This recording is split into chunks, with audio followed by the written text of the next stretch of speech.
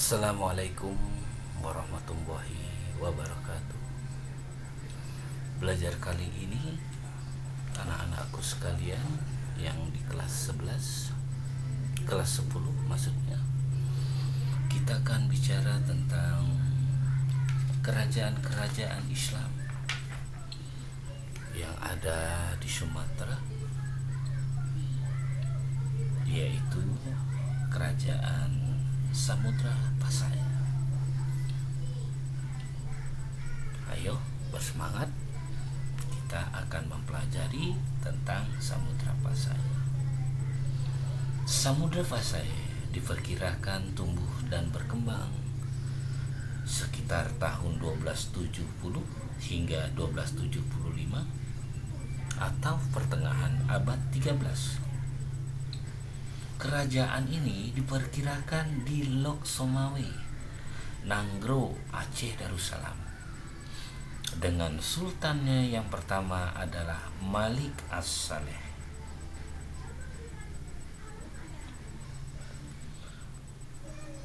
Adapun para raja yang pernah memerintah di Samudra Pasai, pertama adalah Sultan Malik As-Saleh pada tahun 696 Hijriah atau 1297 Masehi.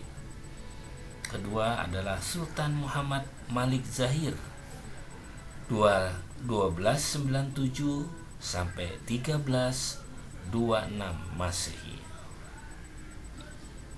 Ketiga adalah Sultan Malik Zahir 1346 sampai 1383. Dilanjutkan Sultan Zainal Abidin Malik Zahir 1383 1405. Yang kelima adalah Sultan Narissyah 1405 1412. Yang keenam adalah Abu Jaid Malik Zahir 1412. Dan yang ketujuh adalah Mahmud Malik Zahir 1513 1524.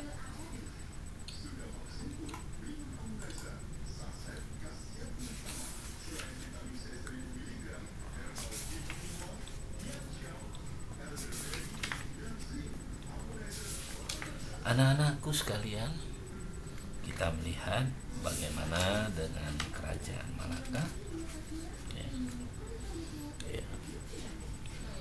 bersekitar abad 14 di daerah Malaka, wilayah yang sekarang menjadi bagian daripada Malaysia. Kita lanjutkan kembali.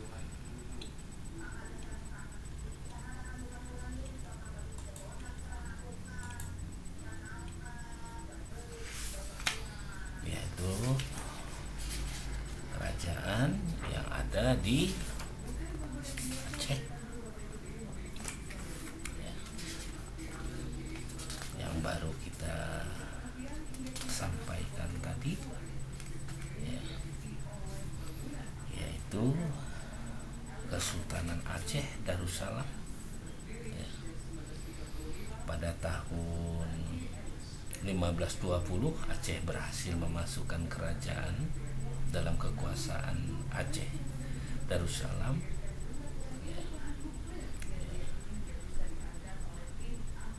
yang pada mulanya dipimpin oleh rajanya atau Sultan Ali Munghayat Shah yang wafat pada tahun 1530.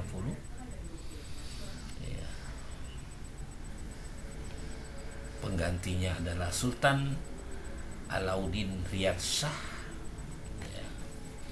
Kemajuan Kesultanan Aceh Darussalam pada masa pemerintahan Sultan Iskandar Muda.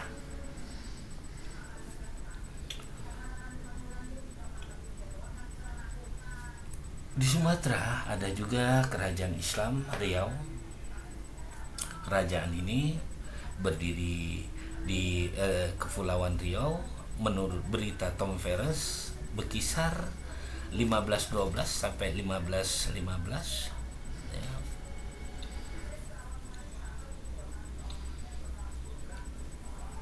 Pada masa pemerintahan Sultan Mansur Shah mengalami masa kejayaan ya.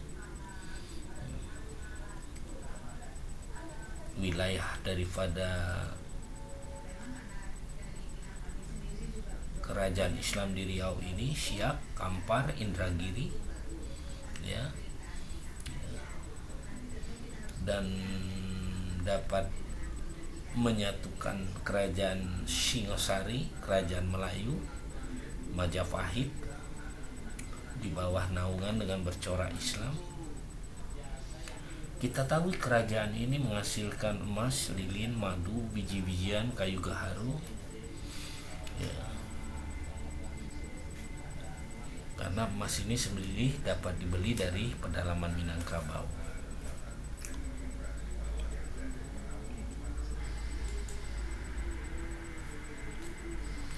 Selanjutnya kita akan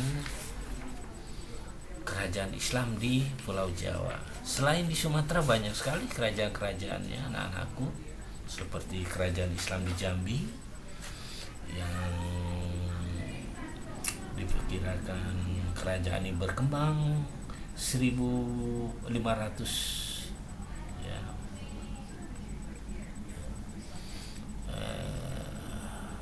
Jadi keturunan Raja Jambi ini menikah dengan dari keturunan Arab ya, Turki ya, dan lain sebagainya ya. Pada masa pemerintahan Sultan Sri Inggalogo 1665-1690 terjadi peperangan antara kerajaan Jambi dan Johor.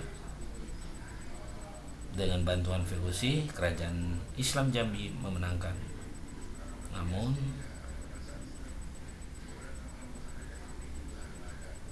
imbal balik yang diperoleh VOC bisa memberikan perjanjian untuk memonopoli perdagangan lada di Sumatera, di Jambi. Di Sumatera Selatan pun ada kerajaan Islamnya, yaitu kerajaan ini di bawah pengaruh sebenarnya kerajaan Demak ya. Tom Ferris menceritakan pada waktu 1512-1515 itu kurang lebih 10.000 masyarakatnya telah memeluk agama Islam. Mereka adalah pandai berdagang, ke Malaka, ke Pahang ya. Perdagangannya adalah beras, katun, madu, rotan, lilin, emas, besi, kapur barus, dan lain sebagainya. Kontak terjadi antara VOC dengan Palembang ini terjadi pada tahun 1658 ya.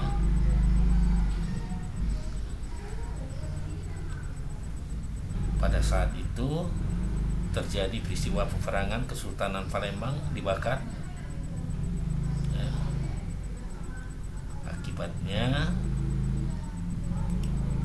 peninggalan yang penting pada masa Kesultanan Palembang ini adalah Masjid Agung yang masih dapat kita saksikan sampai saat ini. Masjid Agung ini dibangun oleh Sultan Mahmud Badarudin I 1724-1758 ya.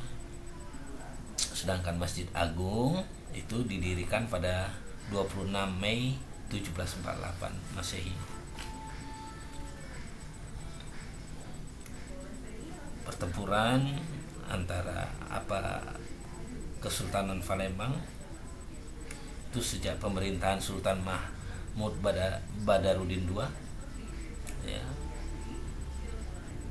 Akhirnya Sultan Mahmud Badarudin II itu ditangkap, kemudian dibuang ke Ternate.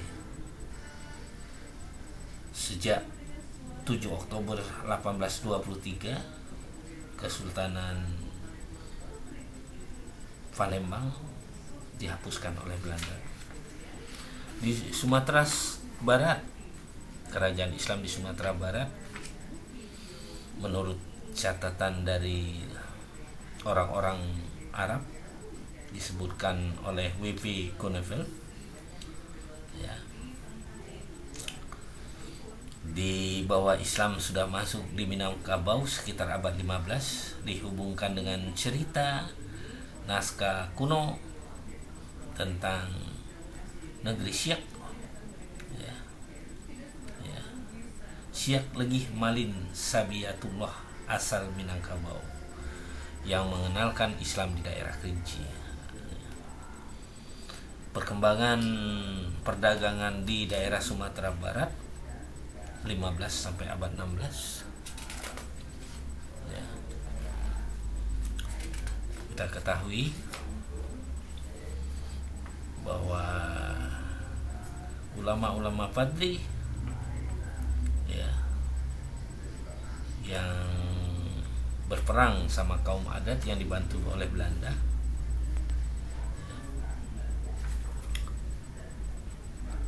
yang akhirnya Imam Bonjol diasingkan di Cianjur pada tanggal 19 Januari 1939, dibuang ke Ambon, serta 1841 dibuang ke Manado, kemudian wafat di tempat itu 6 November 1864. Demikianlah anak-anakku. Nanti kita lanjutkan tentang kerajaan-kerajaan di Pulau Jawa, yaitu Kerajaan Demak. Tetap semangat. Ayo belajar sejarah Indonesia, belajar tentang manusia Indonesia. Wassalamualaikum warahmatullahi wabarakatuh.